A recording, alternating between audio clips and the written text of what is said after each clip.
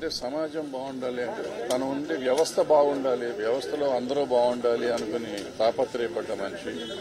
తర్వాత సినిమాని పూర్తిగా ప్రేమించిన మనిషి, సంపూర్ణ నటుడు, సంపూర్ణ వ్యక్తి అయిన కోట శ్రీనివాసరావు నాకు మంచి మిత్రుడు, సోదరుడు.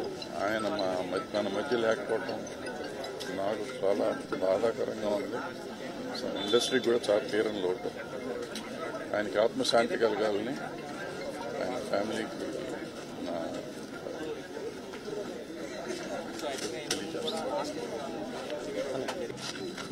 ఇక్కడ లేరు అనే భావనే చాలా బాధగా ఉంది.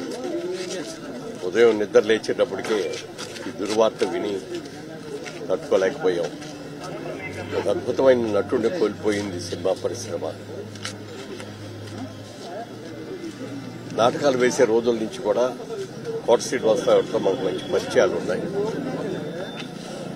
అలాగే నేను అవుట్డోర్ షూటింగ్ హైదరాబాద్ వచ్చినప్పుడల్లా కూడా ఆయన రావటం, కలవటం, చాలాసార్లు కబుర్లు చెప్పుకోవటం అట్లా కూడా జరుగుతూ ఉండేవి. ఆయన ప్రతిఘటన సినిమా ఓవర్ నైట్ ఒక పెద్ద నటుడు అయిపోయిన తర్వాత